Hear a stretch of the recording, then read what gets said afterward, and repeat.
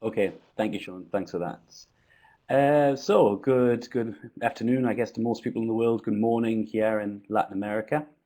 And let's get started with my presentation. So first of all, like to thank you all for coming and taking the time to listen to this talk. And today's talk is, you probably guessed from the title, is going to look at planning. And what we're going to look at is how you currently plan your lessons, why using PowerPoint could be quite effective in lesson planning, and looking at some of the pros and cons to both of them, to both PowerPoint and to how you plan your lessons. So let's get underway. Um, Current planning approach. So if you could just type in the chat box how you currently approach lesson planning. Do you just sort of make sticky notes? Do you write in the teacher's book? Do you write on pen and paper? What do you do?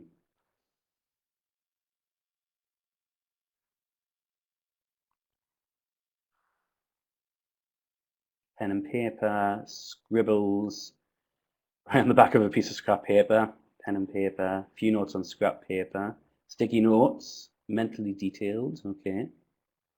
Planning, what's that? Yeah.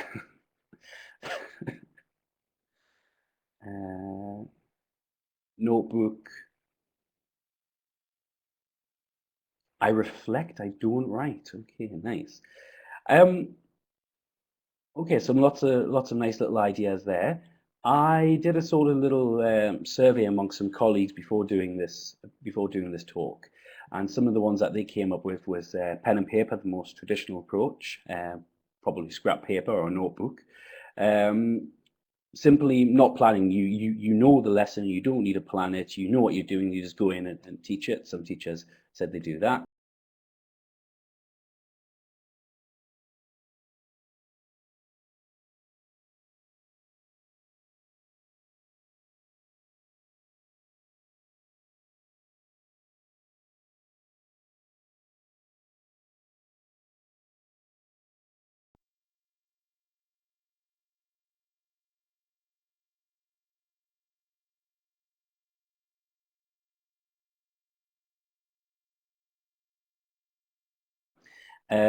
Teacher's book. A couple of teachers said that they use the teacher's book extensively and basically almost follow that as their lesson plan, added and taken away as and when necessary. Winging it, I had one teacher say they just sort of go in and hope for the best, which leads quite nicely to the next one, which is post planning, which is a very dogmatic sort of thing. So giving the lesson, whatever that's based on, and then after that, planning the next lesson based on what happened on that lesson. Um, so winging it and dogma kind of going hand in hand. Pen and paper, I think, would be the sort of most traditional approach, I'd say, for most people here, and that's what I'd like to focus on at this point. There's a couple of advantages to the pen and paper approach, and one of them is that it's very quick and easy. Just grab your pen, grab your paper, or in my case, your pencil, and yeah, just plan it, nice and easy. Ready, accessible. You don't particularly need anything to do it, just pen and paper, and that's it, or your notebook.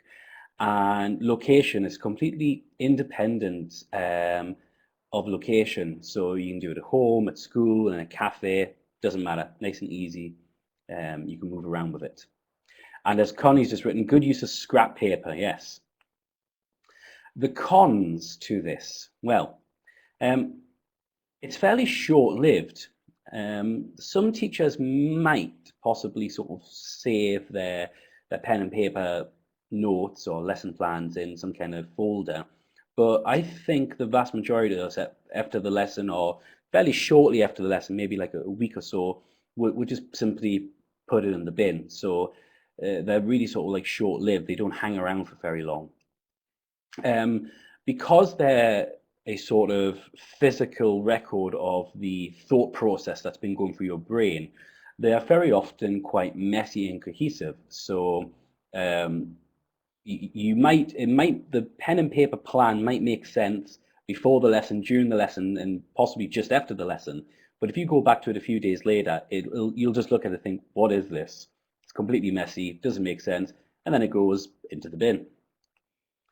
And I feel, especially from looking at how a lot of teachers plan, uh, the pen and paper approach often leads to what I like to call snake planning, which is basically due to the fact you start at the top of the paper and work your way down. You start with lead-ins and you put a lot of effort into that, presenting language, practicing, and the most important part of the lesson, which is the end of the last stage where students have the chance to put language into practice, to maybe do some kind of nice little creative task, to have the chance to do repetitive tasks and practice the language.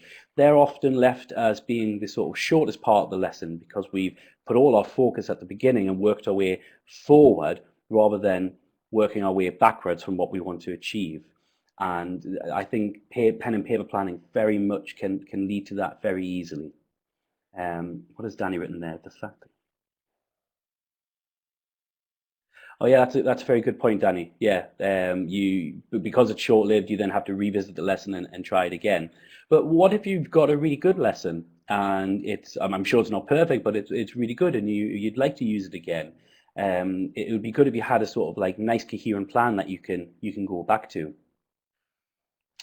So I think the solution to this could possibly be PowerPoint. Now, I don't work in a school where there's a projector. I have worked in a school where there's a projector, and I've used PowerPoint sort of live with my students to sort of conduct and stage the lesson.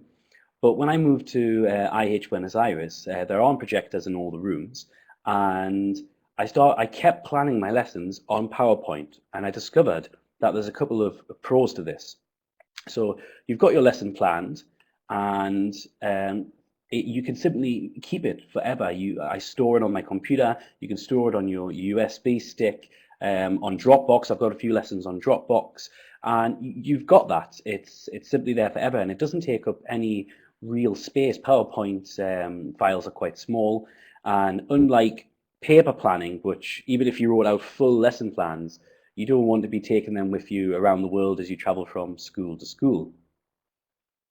Um, Although I don't have a projector, as I said, I still plan them on PowerPoint because you can print them out into these sort of like 6 slides on a piece of paper style format, and it basically functions as a nice little printed lesson plan. And I'm going to show you an example of that in a moment in the next slide. If you have drop-ins or kind of informal observations, peer observations, having a plan is always a handy thing to have so the person observing you can follow what's going on.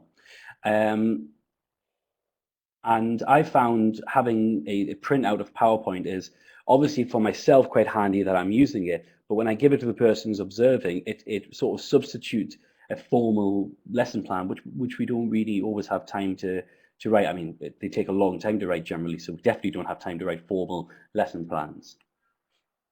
And unlike the pen and paper approach, where you start at the top of your paper and you start writing stuff down, you think, that's wrong. I need to scrap that. I need to move stages around. I've put this in the wrong place. You end up having to draw sort of lines, crossing things out, maybe starting again on a new piece of paper.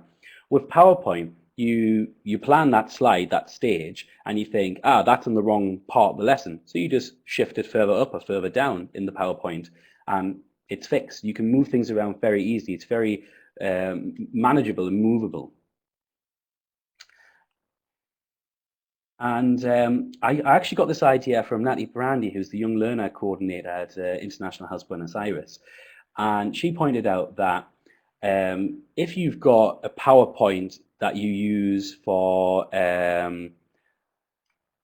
systems lessons or for skills lesson, you could sort of save that and use it again for other systems lessons and other skills lessons. So saving it as a kind of template. So for example, you've got your PowerPoint for skills, and you've got presenting the language, looking at meaning, form and pronunciation, then control practice, further control practice and production. And instead of having to make all those slides again and again and again every time you plan, you can have it saved as a format. And it's something I hadn't thought of until Natalie nicely pointed that out. And Something I recently discovered, a couple of my learners are quite enthusiastic learners. They've missed a couple of lessons, and they've approached me and said, "Oh, Anthony, what did we do in the last lesson?" And it's you can maybe point to the course book and say we did that, but obviously, it was a lesson is very rarely simply doing what's in the course book. It's much more than that. So having the PowerPoint as a printout, you can either give it to them or email them it, and they can sort of follow it through in their own time alongside with the course book, and they can kind of make up for the lesson where possible. Right, well, here's an example of a lesson that I did with my proficiency learners as a revision of the future. And this is the kind of thing that I would have printed out in front of me whilst running the lesson. Um, and I've run out of time, so I'm just gonna skip through this quickly. As you can see, you've got your first task, looking at the language control practice, second control practice. I've got the answers on there. I also word my instructions how I'm going to say them to the learners. The learners don't see this. I have them worded there. Very often, I can just say my instructions fine, but if I'm a bit unsure, I can look at it and almost read it out, and that tries to make sure that I reduce teacher talking time as well. And the final task for them to use the language and homework. So that's it. That's the PowerPoint approach to lesson planning. When it comes to the cons, I had a bit of a thought, and I can only come up with a couple. One was that it's computer-based. Obviously, you need a laptop or a computer, but you don't need a projector. You can use this. All you need is a printer and a computer. At first, it's quite time-consuming. If you're not used to making PowerPoints, it can seem to take forever. But that speeds up after a while, and you can just, now I'm at the stage where I'm making lesson plans in 30 minutes with 20 slides, and it goes really quickly, especially if you've got that pre-saved format to help you, template. I could, maybe people could let us know, but we've run out of time, I think. So. Thank you, Anthony. Obviously, we take him off sound now so we can move on to the next person. So if you've got any questions, you could use the chat box. He is a big social media person, so if you tweet him, I'm sure he'll see it and answer. So thank you, Anthony. I should point out that Anthony also made you 2 PowerPoints as handouts, which you can download from the website that I keep telling everybody about. Okay. Thank you, Anthony. Can you switch off your video, please?